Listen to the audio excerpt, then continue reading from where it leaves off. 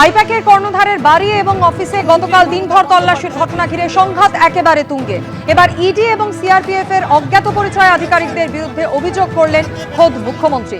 Shakespeare সরণি থানায় অভিযোগ দায়ের করেছেন মুখ্যমন্ত্রী। অন্যদিকে পুলিশের তরফ থেকেও দ্বিতীয় অভিযোগ দায়ের করা হয়েছে, অর্থাৎ জোড়া এফআইআর দায়ের ইডি আধিকারিকদের বিরুদ্ধে। এই ঘটনা সম্পর্কে আরো বিস্তারিত জানবো, কথা বলে নেব। সরাসরি আমাদের সঙ্গে রয়েছেন আমাদের দুই প্রতিনিধি, আবির দত্ত এবং ময়ূক ঠাকুর চক্রবর্তী। আমি শুরুতেই ময়ূকের কাছে চলে আসবো। ময়ূক, জোড়া এফআইআর দায়ের করা হয়েছে ইডির এবং সিআরপিএফ এর অজ্ঞাত পরিচয় আধিকারিকদের বিরুদ্ধে। কোন কোন ধারায় এফআইআর দায়ের করা হয়েছে?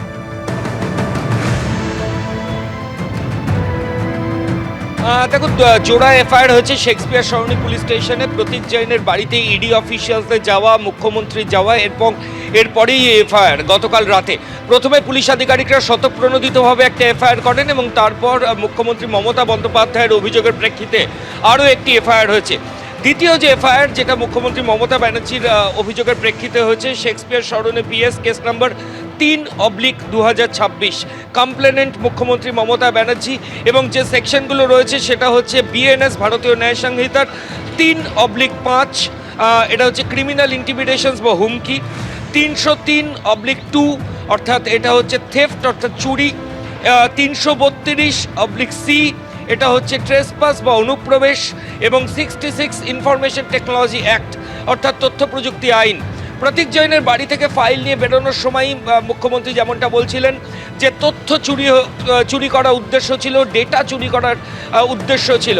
ঠিক সেই কারণেই ইনফরমেশন টেকনোলজি অ্যাক্ট সেটাও অ্যাড করা হয়েছে। এবং যেহেতু এই ইনফরমেশন টেকনোলজি অ্যাক্ট রয়েছে, প্রোটোকল অনুযায়ী একজন ইন্সপেক্টর পদমর্যাদার অফিসার এই ধরনের কেসে ইনভেস্টিগেটিং অফিসার হন, আইও হন। শেক্সপিয়ার সরণি থানার অ্যাডিশনাল অফিসার ইনচার্জ শিবাদিত্য পাল মুখ্যমন্ত্রী মমতা ব্যানার্জির করা অভিযোগের ইনভেস্টিগেটিং অফিসার বা তদন্তকারী আধিকারিক হয়েছেন। এই হচ্ছে কলকাতা পুলিশ জুরিসডিকশনে দুটো কেস। একটার অভিযোগকারী মুখ্যমন্ত্রী মমতা ব্যানার্জি এবং আরেকটি কলকাতা পুলিশ স্বতঃপ্রণোদিতভাবে কেস করেছে। এবং বিধাননগর কমিশনারেটের তরফ থেকে ইলেকট্রনিক কমপ্লেক্স থানায় একইভাবে মামলা হয়েছে এবং বিধাননগর কমিশনারের সূত্রে খবর সেখানেও মুখ্যমন্ত্রী মমতা ব্যানার্জি অভিযোগ করেছেন।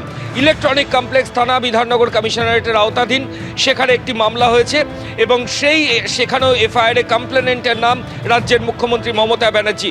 অর্থাৎ মুখ্যমন্ত্রীর দায়ের করা জোড়া এফআইআর, একটা কলকাতায় তিনি অভিযোগকারী এবং বিধাননগরেও তিনি অভিযোগকারী। কারণ এই লাউডন স্টেট থেকে মুখ্যমন্ত্রী সরাসরি চলে গেছিলেন গোদরেজ ওয়াটার সাইডে, সেখানে তিনি দীর্ঘ সময় ছিলেন এবং তার পরবর্তী ক্ষেত্রে শেক্সপিয়ার সরণি থানার মতো তিনি সল্টলেকের ইলেকট্রনিক কমপ্লেক্স থানা অর্থাৎ গোদরেজ ওয়াটার সাইড যে থানার আওতাধীন, সেখানে আরেকটি কমপ্লেন মুখ্যমন্ত্রীর নামে এসেছে এবং সেই অভিযোগকারী হিসেবেও সেখানেও চিফ মিনিস্টার অভিযোগ করেছেন। সেখানেও ডেটা থেফট অর্থাৎ তথ্য চুরির অভিযোগ রয়েছে।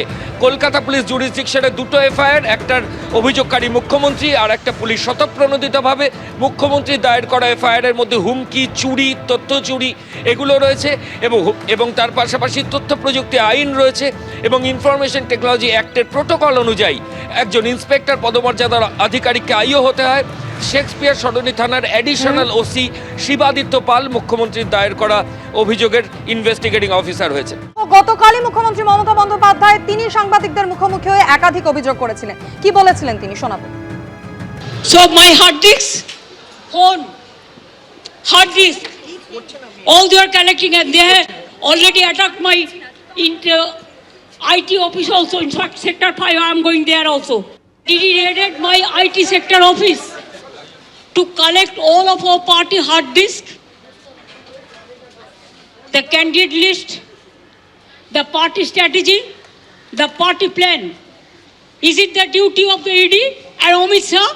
And he's taking away all my party documents.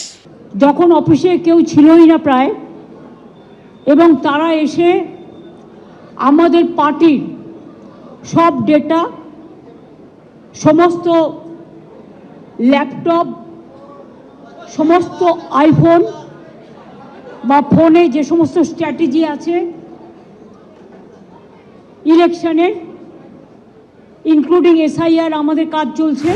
গতকাল মুখ্যমন্ত্রী কি কি অভিযোগ করেছিলেন আপনারা শুনলেন। সরাসরি কথা বলে নেব, আবির দত্ত আমাদের সঙ্গে রয়েছেন। আবির, এরপরে শেক্সপিয়ার সরণি থানায় অভিযোগ দায়ের করেন, এফআইআর দায়ের করেন খোদ মুখ্যমন্ত্রী। সেখানে কি কি অভিযোগ লিপিবদ্ধ হয়েছে?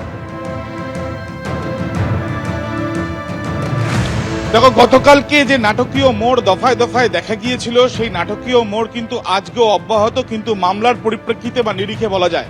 তার কারণ হচ্ছে যে একদিকে কলকাতা হাইকোর্টে এনফোর্সমেন্ট ডিরেক্টরেটের তরফ থেকে সিবিআই চেয়ে তারা কিন্তু পিটিশন করছেন, যেটা সূত্র মারফত জানা যাচ্ছে।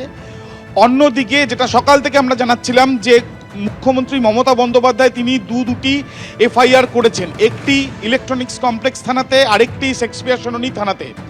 শেক্সপিয়ার সরণি থানা এবং ইলেকট্রনিক্স কমপ্লেক্স থানাতে যে অভিযোগ করা হয়েছে সেটা মূলত এনফোর্সমেন্ট ডিরেক্টরেট অফিসিয়ালস আননোন হিসাবে এবং সিআরপিএফ অফিসিয়ালস আননোন তাদের এগেনস্টে।